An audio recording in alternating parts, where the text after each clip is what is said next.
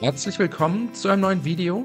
Heute zeige ich euch ein einfaches Rezept für einen leckeren und saftigen Eierlikörkuchen aus einer Gugelhupfform.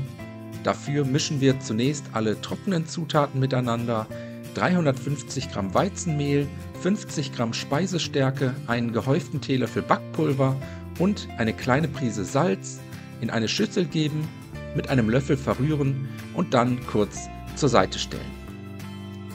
Als nächstes eine große Rührschüssel hernehmen, 5 mittelgroße Eier hineingeben, außerdem ein Päckchen Vanillezucker sowie 200 Gramm weißen Zucker dazugeben, Zucker und Eier mit einem Mixer oder einer Küchenmaschine verquirlen, für 1 bis 2 Minuten richtig schön schaumig schlagen, und wenn das erledigt ist, kommen die restlichen Zutaten dazu: 200 Gramm geschmolzene Butter, die habe ich auf niedrigster Stufe auf dem Herd zum Schmelzen gebracht, dann 200 Gramm Eierlikör dazu gießen und zum Schluss die vorbereitete Mehlmischung dazugeben.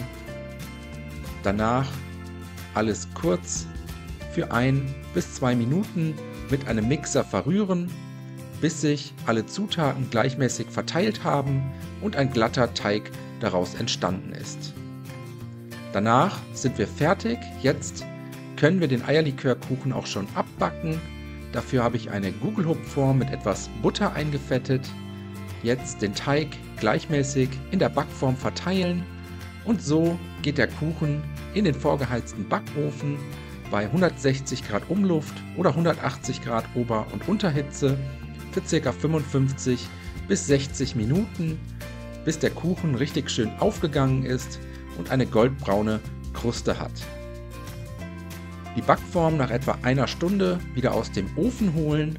Um zu überprüfen, ob der Kuchen schon fertig ist, könnt ihr eine Stäbchenprobe machen.